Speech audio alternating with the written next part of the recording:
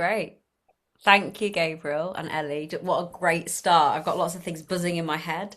And oh, I'm on the big screen. That was a shock. Okay, I'm going to try and. Oh, anyway, I'll go in a second because we'll screen share. Hi, everyone. It's so good to be here. It just feels like a really important space. So I'm delighted to be with you.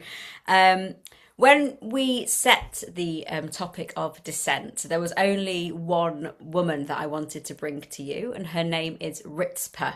In fact, my son just came in one of our breaks just to say goodbye, good night, and he said, "What are you teaching?" And I said, I pointed to my sheet. He went, "Oh, Ritzper." I think he's got quite bored of her because I'm on a one-woman mission to get us to know her. Not many of us have our cameras on, but I'd be really interested to know if you have heard of her. We're going to come to her a little bit later. I've got some shakes of the head for those on camera. So I'm delighted. Great. Okay. Because I like bringing her to people who don't know her. So let's get to know her.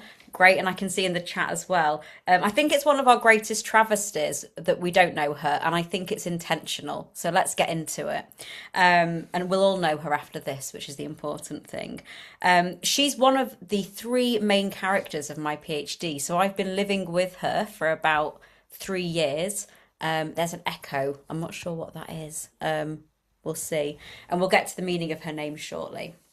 So she's one of the three characters of my PhD. I'm obsessed with her. And my project is trying to reclaim marginal biblical female characters as prophets. We'll get to that in a second. And I was first introduced to Ritzper many years ago at a session at Limud by the wonderful Maureen Kendler, Zichrona Livracha, who was a fantastic educator. And I fell in love with Ritzper in that moment.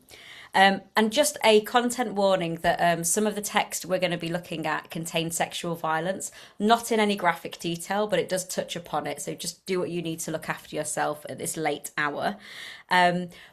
And just before we meet Ritzper, I want to look at the wild, diverse world of prophecy. I feel my job now, I'm outside of the communal rabbinate world, is every time I hear someone say, "We are prophetic Jews," or "We're voices for prophetic Judaism," my role is to say, what do we mean by prophetic? Do we really want to be prophetic? Who are the prophets that we're lauding? That is the big meta question for me and us today as well. So let's just have a brief think about prophecy before we meet Ritzper and why I think we need her as a prophet. You might recognise this Rembrandt painting of Jeremiah lamenting the destruction of Jerusalem. Let's just use that picture as a jumping off point. What comes to mind when we say prophetic or prophet? Feel free to pop it in the chat or wave your hand if Rabbi Gabriel can do your magic of unmuting people. In the chat's fine as well. We'll get to Ritzper's name. I'm glad you're all super keen. But there. Okay, speaking with God. Great. Foresight, truth teller, fearlessness, madness. Yep. Thanks, B. Right. And Rabbi Gabriel saying things people don't want to hear. Wonder who that sounds like. There's lots of prophetic action in this space. A voice struggling with knowledge and what it means for a community. A disruptor. Compulsion to speak, often at a great personal cost.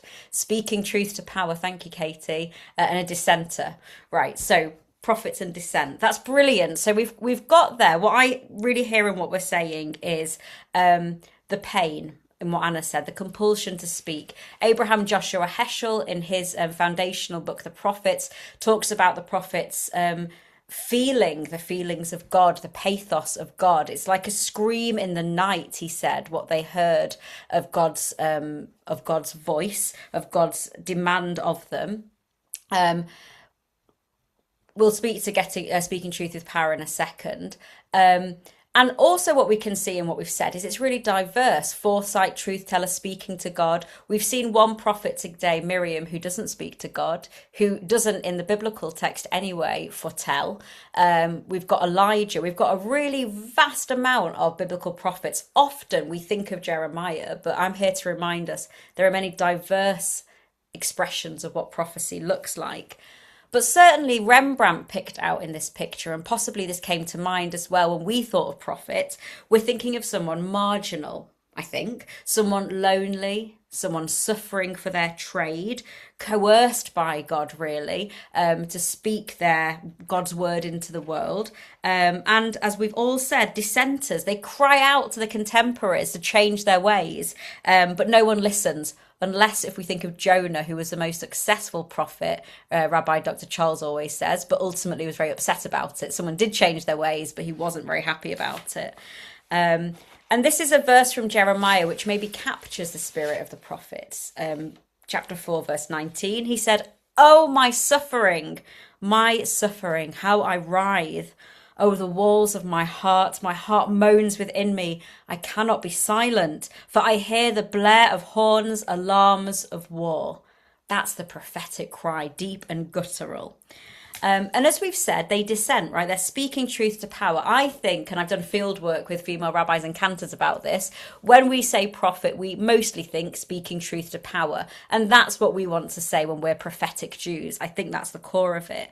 But what I'm worried about is that if we don't interrogate the biblical prophets fully, we inscribe harm through the harm that they inscribed. So there's two things I want to say before we look at an example of it. Number one, the prophets were really the elite of their time in a lot of ways. Many of them were priests, and many of them were compromised by power in many ways. If we think about it, they had followers who wrote their words down. They had the titles that enabled that readership, and again, an elite readership, to hear their words.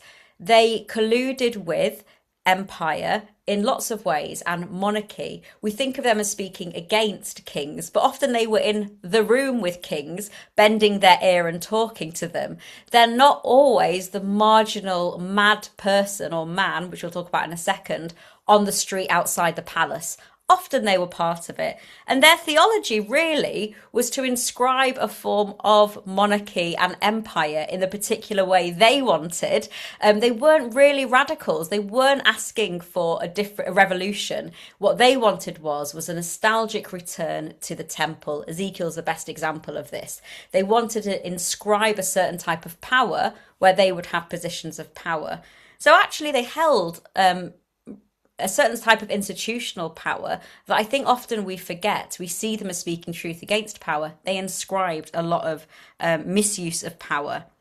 And of course, what we know, we think of them as being guardians of all that's right and just, but they caused great harm with their ideologies and theologies. If you read any chapter of Isaiah, I think almost anyone, certainly Hosea, a lot of their theology, a lot of their rhetoric, the foundation of it was metaphors of sexual violence, that peoples would be conquered like women would be raped. It's often the oft-used clause that comes around. That's the justice they wanted. They wanted their enemies to suffer, and they wanted the righteous remnant of Israelites to be saved. And the enjoyment and the excitement around the downfall of violence. I felt mirror images from seeing Ben Gavir this week, of thinking about some of the chapters of Isaiah that I've read recently, that a pronouncement against some of the enemies, that they glorify in the violence, and they use violent sexual violence against them. Judith Plaskow, I think, puts it brilliant in Standing Against Sinai. She says, "At the same time the prophets call for a connection between religion and justice, they enforce a narrow and monolithic understanding of religion, condemning all who would disagree with them as idolaters and whores." That's a very powerful statement. And Rabbi Gabriel, if you go to the next slide, and Rachel's just put feeling very uncomfortable. And here's the discomfort. This is why we have to ask, we're prophetic Jews? No, really? Is that who we want to be? And how can we reclaim it if we want to? Hosea, for example, one of the worst offenders. Give to them, Adonai, give to them what? Give to them a womb that miscarries and dry breasts. Ezekiel, and he's one of the worst ones as well. "O you, O mortal, set your face against the women of your people who prophesy out of their own imagination. Prophesy against them." He's very angry about women acting together, and they condemn a lot of false prophets through it as well. So the third thing I wanted to say before we get on to meeting Rizpah about why I struggle so much with the term prophetic, although I don't want to lose it, is that when we think of biblical prophecy, and you can nod your head if you're with me, I think of them as mostly entirely male. That's the image that comes to mind. It's Jeremiah often that I think of. It's a male in a male body. And that makes sense to us because the rabbis told us there were 48 male prophets and 7 female prophetesses. And we're going to look at the list now that is on the next slide. We've got the list of female prophetesses in front of us. The ones in red are those that are actually named as a Neviah, a female prophet. We saw one of them already. Miriam, Deborah and Huldah. Huldah may be less known. Noadiah, who the rabbis say was actually a false prophet. An unnamed prophet, and Isaiah's wife is named as one as well. But really, the 3 that the rabbis choose are the ones on the left, and they then name Sarah, Hannah, Abigail, and Esther as being prophetesses. And it's obviously not surprising that there's so little women, because we know the world we live in. And as in the book that's really wonderful, I don't know if you've read it, Invisible Women, Caroline Criado Perez writes, we read most things as male, unless they're specifically marked as female. Even gender-neutral words are read as male. Doctor, male. Leader, male. Prophet, male. Rabbi, male. We get the idea. Person of authority, male. So this is, for me, one of the craziest texts that's in the Talmud, and we're going to turn to it now, and I want to get your reflections on it, so I'm going to pause for breath. I get very excited talking about this. I'm going to read this little piece from Bavli Megillah, from the Babylonian Talmud, and I just want you to tell me what you think it means for us. Are you surprised by it? What does it mean? Here is the nub of how the prophets got chosen and why. So it says, there were more prophets. They're having a discussion about, weren't there more prophets? I heard so-and-so was a prophet, but he's not in our list. That's what the rabbis are saying. As it's taught in a baraita, an oral teaching, many prophets stood for Israel, double those who came out of Egypt. That's hundreds of thousands, not 48 plus 7, 53, I think. 53? I'm not very good at maths. However, only prophecy that was necessary for subsequent generations was written down, and that which was not necessary for future generations was not written down. Let's pause. You tell me what you make of that. What is that saying to us? And yeah, how do you respond to it as well? You feel free to unmute or write in the chat for us. Right. History is written by the victors and by the men. Yeah, absolutely. Judaism is written largely, although it's changing. Right. Who is to judge what prophets will be needed in the future? It's said in such an objective way, isn't it, really? Like it's clear what's needed. It makes me think of a word a friend said to me today, epistemicide. I don't know what that means, but maybe you can define it for me. We don't have it. We don't worry. If we don't have it, it didn't matter. All right. And a lot of editing to hold a dominant ethos and those in power. Right. I think it's fascinating. Oh, define useful and to whom. Right. Exactly. Brilliant questions. Useful for future generations or for the contemporary one. Oh, yes, Katie, the total destruction of knowledge. This is why I find it so extraordinary. It's such an explicit writing of the choosing of leadership, of religious authority as well. I want to make sure we meet Rizpah, so I think I'm going to move us along a little bit. But the one thing I wanted to say, let's just hold this in mind, because I get very angry seeing this, because we've been told who the prophets were, but they also recognise there were many more prophets. They recognise there were true prophets, but they also don't want to. Yes, exactly. That's what I'm saying. Katie and I are saying the same thing at the same time. It acknowledges there were many other prophets. They just don't want to write about them or tell us about them. So we should be on a mission to find the true dissenters, those who, like Gabriel was teaching us to do, and Ellie, find those people who are doing something that is true dissent, that is speaking truth to power, maybe from places of powerlessness as well. And Adrienne Rich, the wonderful feminist poet, which Rabbi Sheila Schulman quoted her many times, and particularly this quote, "We must use what we have to invent Sorry, we must use what we have to invent what we desire. I'll just read it once more. We must use what we have to invent what we desire. I'm not willing to cede prophecy to only this image of the suffering, angry, harmful man who determines himself what justice is and for whom. I'm not prepared to do that. And I hope you aren't either. I want us to be able to find the prophets who they deemed not necessary, who we now know are vital for the world that we need to be building together. I'm going to read all of the things later because it looks really interesting, but I just can't multitask in that way. And there's lots of interesting conversations going in the chat. Keep going. So my question is, who's out there that we need? And I want you to meet Ritzpah. Ritzpah is so much as a marginal character, as we know, that she's almost unnoticeable, so silent that she's not heard, so on the edges of scriptures and our imagination that she's almost non-existent. She's not become unusually a feminist icon, but she's completely ignored. So let's go to the next slide, and we're going to find there Ritzpah bat Aya. She appears by name 3 times in the Tanakh, and we're going to see all 3 instances. The book of 1 Samuel and 2 Samuel is a riot. It's like the Game of Thrones. I don't know if you've ever read it all the way through, but it's really great. It's fascinating and very heartbreaking in lots of ways. And we're here in the power play of the house of Saul. Saul here has died, and we're coming up to the reign of King David. So we're in this power play. And there are lots of men who are trying to hold on to power or to take on the throne. And in this verse, which we won't spend the most time on, it's the second verse that I really want us to get into. In this verse, we're going to meet Ritzpah. And let's talk about her name when we've read the verse. Ula Shaul Pilegesh Ushma Ritzpah Vat Aya.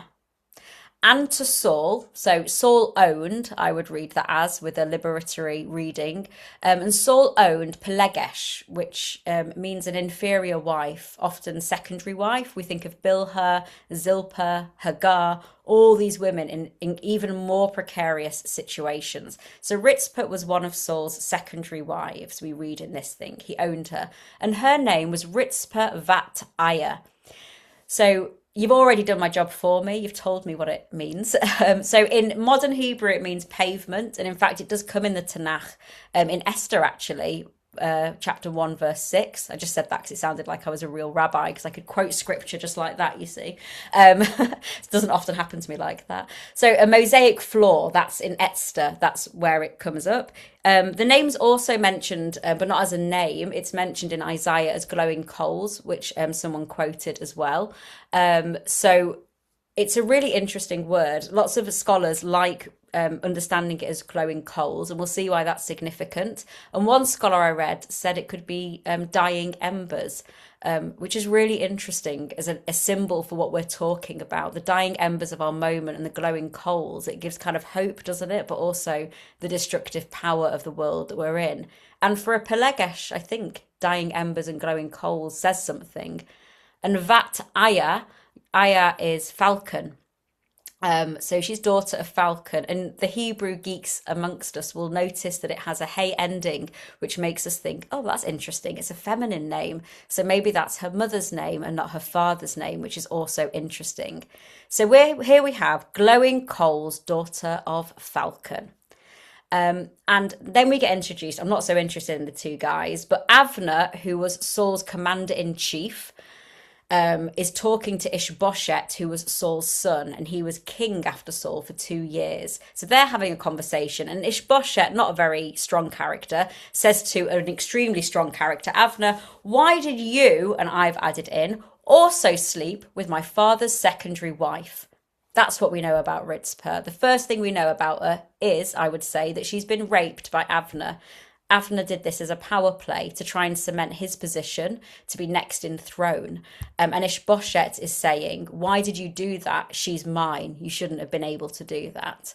And there's many really awful, tragic examples of Saul's secondary wives being raped, being slept with by men. Avshalom, for example, in chapter 16, on the roof of the palace, publicly rapes 10 of the secondary wives in front of everyone to show his power. And I'm sure that Ritzper would have seen that. I don't think she was one of them because it doesn't make sense chronologically and where she was, but she would have known what this is. So I say that, one, because we have to hear women's stories, but also because Ritzper is someone at the lowest. She's in the palace, but she's in the most precarious and vulnerable of positions. And we get introduced to her only as a power thing, a power play object, really, of the men who are vying for power. And that's how we hear of her, which makes what she does next even more extraordinary. And I'm going to ask Gabriel not to go to the next slide, even if you get excited to go, even though I'm starting to talk about it, because I want to just give you a bit of context before we get there. So the second time she's mentioned is in the verse we're going to look at in 1 second. The context of it, and I do suggest that you go and read the full story. We don't have time to read it today, but there was a famine, and in biblical Israel, a famine was the problem of the king. It was the problem the king had to solve it, and the famine had gone on for 3 years, and King David had done nothing about it. We can think of lots of political examples of leaders not doing what they should be doing. And he ended up coming up with a reason, in my reading of the story, that what he needed to do to solve the famine was kill all of Saul's remaining sons. What we understand is that actually he wanted to, get out of his rival, to kill his rival. He comes up with a story that's not in the Tanakh to say that Saul did something bad and his sons must be punished for it. That's nowhere. He makes it up to kill all of Saul's sons. So it's very Game of Thrones. So what happens just before this verse is that King David takes the remaining sons of Saul, bar one of them who was too ill to be a threat to the throne, and he violently and publicly kills all 7 men. And he does it through what we think is some sort of public dislocation, execution. The same verb is used, if you remember, when Jacob dislocated his hip when he was wrestling with the angel. Something happened like that. They were dislocated, their whole bodies, and they were hung up. 2 of them were the sons of Ritzpah, and 5 of them were the sons of Merav, who was another wife of Saul. Okay, so I want you to imagine the scene. Out in the wilderness, or just outside of the city, there's 7 men hanging. And what do we know about, does anyone know the biblical law about what you should or shouldn't do if you have corpses? How long should they be left for? Or can you make a guess how long they should be left for? Right, brilliant. You should not leave them out past sundown. Is that extraordinary, Anna? Thousands of years later, and we know what the rule is, right? King David certainly knew. Yes, and if you're a Cohen or a Levi, you can't touch a dead body. And it's the first one we're interested in. So David would have known it's a Deuteronomic law that you don't leave corpses hanging overnight. He left them hanging for up to 7 to 9 months. This is just one of many injustices that David did in his reign. And I get emotional talking about this, and I've been studying it for years. It still gets me. So we can now go to the verse, I think. I've given you the context, but please do ask if something isn't clear. Okay, we're ready to meet Ritzpah. This is a lino print I did of her because there's no art out there. So we need to create art of her.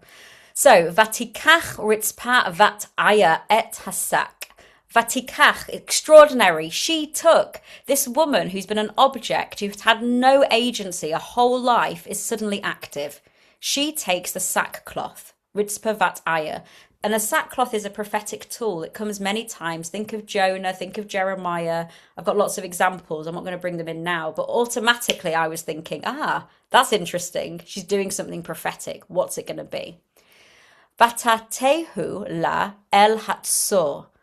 And she spread out, and that verb is used of God, spreading out the heavens like a tent cloth in the Psalms. So God is everywhere in this verse, but not named, a bit like Esther. She spreads the sackcloth over Hatzor. Anyone know what Hatzor is a name for in the Tanakh, as well as meaning the rock?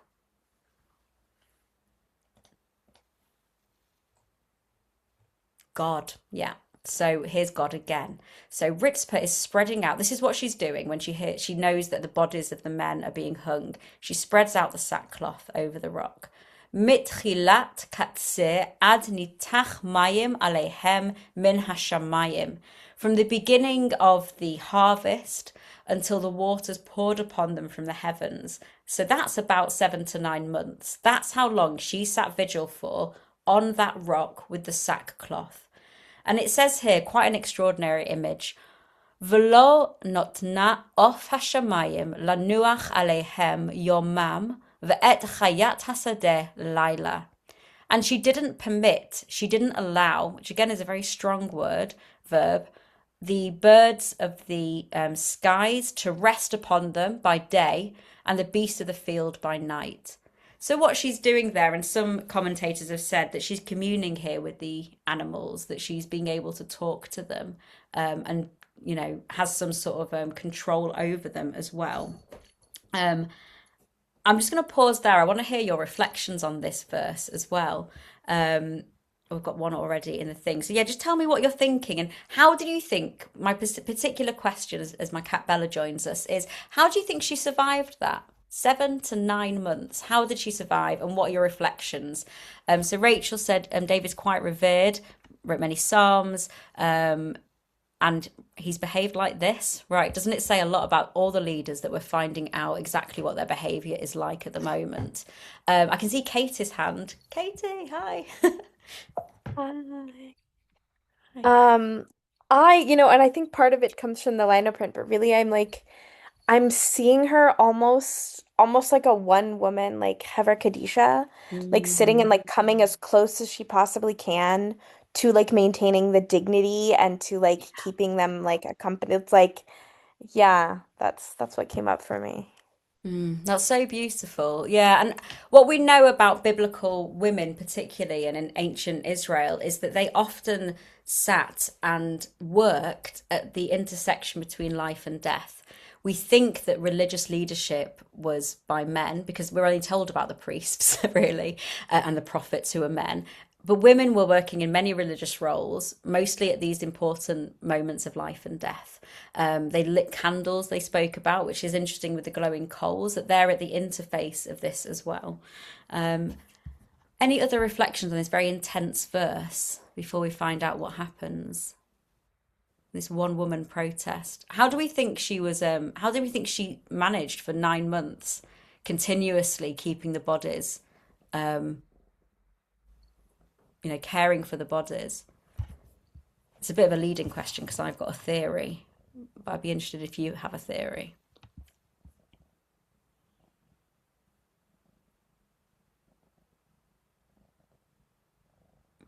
I'll have to tell you mine then. I think that she was supported by her community. Yeah, she had helpers. Yeah, exactly. There's no way you could survive in that kind of world and that kind of time without having her community bringing her stuff. And what's fascinating, sorry, I just have to move a cat. What's fascinating is in the next verse, we're told, we're not looking at it now, go and look at it yourself because it's such a good part of the Tanakh. We're told the next verse simply begins with, and David was told. That's fascinating. He's now in the passive. He's being told something. The king, David, was told, so he's not given his title. And so word of this gets all the way to King David. What power she ended up having as well. Yes, and Rabbi Gabriel's made a really good point about she's absented herself from where she is. So this is real dissent. This is dissent that comes with risk, that comes with courage, that builds community as well. It starts alone, but it's certainly not only alone. And David then comes and takes action. Unheard of. The king does something. He buries the 7 men and the famine stops. And what's very frustrating about a lot of the biblical commentaries is they go, well done, David, you stopped the famine. And I want to scream and rip the pages out of the book and say, Ritzpah stopped the bloody famine because the water started to fall when she was doing this. It had nothing to do with David. She was right. She was making him right the wrong that he needed to. It was on her. Interestingly, he also goes then and buries Saul and Jonathan, who weren't buried properly. So in a land of death, she cares for the living. That's her role. And in our world of war and death, to have women and people, most importantly, to care for the living is the most important in an empire of death as well. Um, it's really interesting. We can think more about what she doesn't do, right? Um, she doesn't cut them down herself and bury them, right? She's there and she does this one woman protest silence. She uses silence as well. She powerfully interrupts the war and the power plays of the men and kings. The story all of a sudden shifts.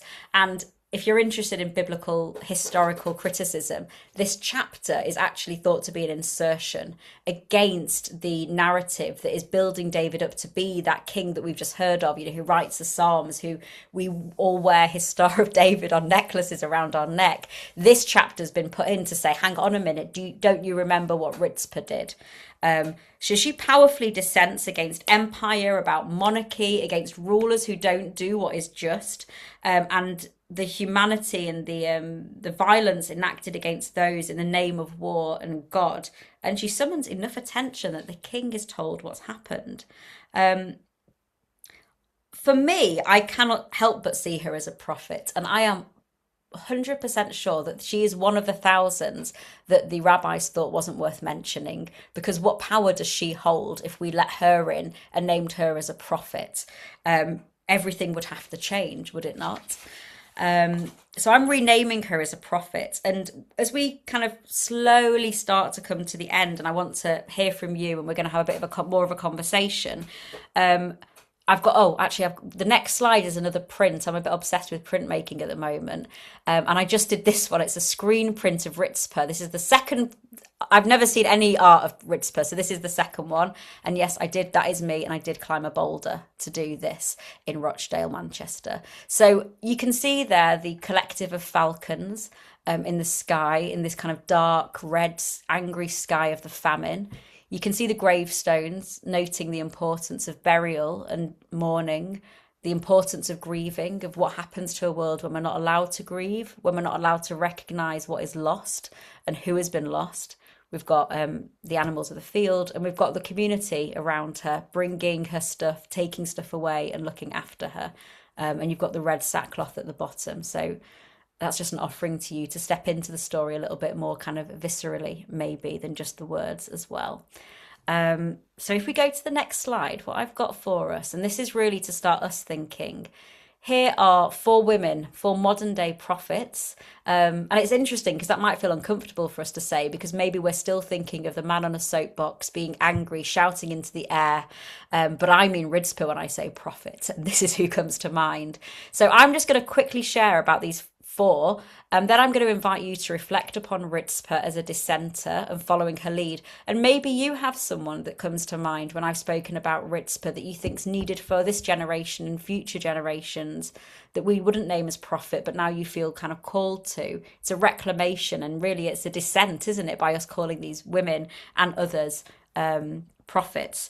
So I'll try not to spend too long on each of them, although really they deserve hours themselves. You've got on the right top corner there Fegan Murray, OBE, and her son Martin Hett was killed at the Manchester Arena bombing in 2017. She, I think it was 2 years ago now, completed a solitary walk. So that made me think of Ritzpah, with support along the way from Manchester to 10 Downing Street, that's 200 miles, to ask the government to enact Martin's Law, which came through last year, to improve the readiness of venues to respond to terror attacks due to the failings that led to her son's murder. I heard Ritzpah in her story. If we look on the left, I don't have a picture of her, but I do have this. She's part of this delegation in Mumbai that met with those organisations. And this is quite hard to hear, so just take it gently. Priyatama Nayak is the widow of Abi Manhu Nayak. On August the 26th, 2008, a mob kidnapped her husband while he slept on the porch and set him on fire. He died the next day from his wounds as he was tended to by his wife. She filed a complaint with the police, and no one was convicted of the murder. And from what I understand, there's been no justice had, and the police didn't come out to him for days. And it really just completely heartbreaking and unjust. And I want you to hear Ritzper. This is testimony from the wife, Priyatama. She said, "All these days I had to struggle to keep dogs away from the body. I'd virtually gone mad by the time the body was buried." When one scholar made the connection between these two, I couldn't quite believe it, because it really is the story here enacted. And she, with other widows, brought a collective case to the court to try and get justice. The bottom right hand corner is Von Ock Gill, who's a former what they call comfort woman, who was up to one of 200,000 women who were forced to be sex slaves for soldiers of the Imperial Japanese Army during the war, and many of whom were Korean. And there's a statue that sits by itself of one such woman. You can see an example there, and it sits looking at a building. And again, when I saw that statue, and an article makes the connection, we think of Ritzper, surrounded in a collective, but making this solitary stance. And the next maybe is more well known to us in the bottom left-hand corner, Robbie Damiel, who is from the Parent Circle Families Forum, a joint Israeli-Palestinian organisation of over 700 families, all of whom lost an immediate family member to the conflict. Her son David was killed by a sniper with 9 other people as well, and they work towards reconciliation. It's again, in all of their eyes, I see Ritzper. So I'll open it up now. I think we've got like 7, 8 minutes, I think. Is that right? I think you've got 13 minutes, actually. Oh, 13. I thought we were going to 10:35. Yes, you are, and I can't do maths. You've got 7 or 8 minutes. It's fine. I think I've got dyscalculia, so I'm impressed I did that math so quickly. So well done me. Okay, so that was quite intense, what we've just looked at. I think the story of Ritzper, the reason I find it so moving is because it's real, and the violence and the life that she led is today's violence and today's lives of so many who are violated and oppressed. So yeah, I'd love to hear your reactions, your responses to hearing about Ritzper for the first time, as many of us just have, and who you might put up for being a prophet in the name of Ritzper. At Pesach, we have the Shifra and Puah Awards of women who have acted in that way through the year at Pesach. So maybe this is the Ritzper time to name those. I'll see if I can catch up on chat, but feel free to unmute and tell us what you're thinking of as well.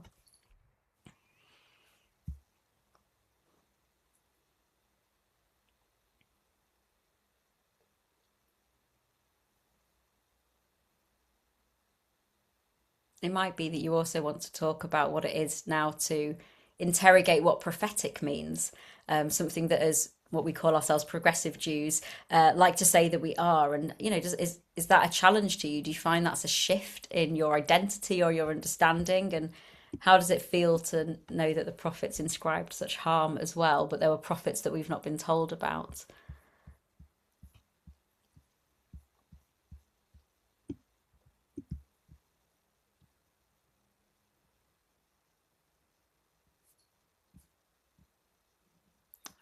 We've got here a modern female prophet who gets attacked, Greta Thunberg. Really interesting. Yeah. Should I read all of that out? Or maybe we can have a look at what Rabbi Gabel's put in about Greta. And that's interesting if we think about her school protest of sitting out there and the movement that is then built around her. It's really interesting. Oh, great question, Hannah. And I didn't say this, so I'm glad you asked that question. And then I'll come to Ellie. Were there any consequences to Ritzper doing this? Unsurprisingly, we hear nothing of her after that verse. We have no idea what happens to her. She's mentioned only 3 times. Once was the first verse we heard, and twice is in this section here. So as how I see it is that she's still there. In some ways, is the woman, just the immortal woman, a bit like Elijah, the prophet who never dies, that Ritzper is there protesting today and always, and that we're in some ways her community supporting her, but we have no idea what happened to her. It's only our imagination. Oh, yeah, I'll come to Rabbi Ellie, and then that's a really great comment in the chat, so I want to come back to that. Yeah, Rabbi Ellie. I just wanted to say that what struck me very powerfully is the endurance. And women's endurance in so many different contexts, enduring male power, patriarchy, finding a way through. And that's what, and your liner cuts are absolutely spectacular. And that ability also in your presentation to present it in a way that is empowering. So, but what came across with Ritzber's to me is the notion of endurance, which is something that maybe we should explore more. It's not the explosion. Some years ago, and I put it in my book, I refer to ejaculatory politics. For me, everything from prophets like Hosea and Jeremiah right through to left-wing Marxist males is ejaculatory politics. It's not, it's a thing that spews out, doesn't necessarily hold and endure, and her being there with that sackcloth for that length of time. Yeah. Thank you so much. And I mean, it speaks to a lot of your teaching, I think, about not becoming victims, or not, that it's about trying to find the empowering space that we can. And it links, I think, with what you were teaching about dance as well. So there's an interesting question here about why do we want to still say prophetic? Why not get rid of prophets? And isn't that a question for us around rabbi? In some ways, I think maybe I shouldn't be called a rabbi. I should be called something different, because rabbi also comes with a whole host of maybe harm, maybe a particular idea of what it is. And I've certainly had to fight very hard to try and prove that women can be rabbis, and good ones. So maybe we should rename rabbis as well. It's a perpetual question, I think, of these. I love the idea of maybe we should aim to be Ritzpers, not prophetic Jews. That's really cool. But I guess my worry is that if we give prophecy away, we lose our authority by doing it. So I'm kind of thinking, could we reclaim it? But I think it's a good challenge as well. Alan, Katie, I'm not sure if it's a new hand or an old hand. So Alan, and then I'll just make sure we've got everything from the chat as well. Thank you. Really powerful. I really like this idea that the prophet, that she warrants the title of being a prophet, absolutely no question, in the midst of all the others who were that you've described who are overlooked. And I think the reason why it warrants this is because of, in this particular instance, this is somebody who really did stand out in talking or demonstrating truth to power. It was honorable, it was authentic, it was a genuine expression of the injustice, actually, of the King David as the ruler and his behavior. And I really love this idea that the authentic prophet is somebody who isn't in the court of the king as a nodding donkey, but actually somebody out there giving voice to the things that really matter. And I think I can see why you fell in love with this story about this woman immediately, as soon as you heard about her. Yeah. And thank you, because the way you just put that is giving me another perspective of being within the palace in a very different position than the prophets were, but doing things very differently. And that's very powerful for me to see it in that way. So thank you for saying that. It was a new hand from Katie. So let's go to Katie, because I'm aware of time as well. Yeah, although I should probably pass along because now we've sort of covered it. Just like same with Rabbi, like I think expanding what prophecy is and who gets to be a prophet is beneficial for us more than feeling like we're tied to a problematic idea, the same way we have with the rabbinate. Yeah. It's a question. It's a good one for us to keep discussing and interrogating. Thank you. And there's some more in the chat. And what's to stop modern people using the term to tell their own stories? Absolutely. Lyman, thank you for that beautiful piece of poetry as well. Rachel, do you want to say something? And I think we should probably come to an end. Yeah, no, I really liked that. That was absolutely fantastic. I was just thinking as you were talking about that, like I suppose one way in which Rispa does have something in common with the sort of traditional prophets is like, if you listen to the especially like Jeremiah and like the person that wrote Lamentations and stuff, for instance, they're very scathing about like the contemporary society as how it was in that time. And I suppose she also is in her own way, but like her actions kind of show it rather than just like them ranting it at length. But I kind of think that today you kind of need I definitely do think that sometimes someone needs to like shake things up a bit, and that's definitely what they were both doing, I suppose. But yeah, like Great. yeah, no, I thought that was really good, and I hadn't actually ever heard of her, which just basically Mm, says that basically shows how it's been kind of erased, I guess. But yeah.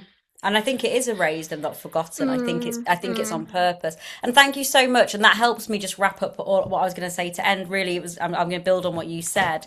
And my PhD, which I'm finishing up in writing at the moment, is about working out what is the essence then of prophecy that we're not going to lose, that we refuse to give up. It's about dissent. It's about justice, but we say it has to be a particular type of justice. And what might a feminist prophecy look like? It would involve dance, it would be embodied, it would be about imagination. And there are various pillars that I'm kind of building to say that that's what we mean by prophetic, and these are who we mean by prophets as well. So thank you so much for letting me play with you and test it all out. It's really great and it's good to be here. So thanks, and I'm looking forward to carry on studying with you all night as well. Thanks so much, Robin. That was a really amazing look at a figure that I know you're rescuing from obscurity, and for sharing your beautiful artwork as well. We're going to take 9 minutes now, and we'll be back at 10:45 with Rabbi Margaret Jacobi looking at Elisha ben Abuya and the limits of dissent.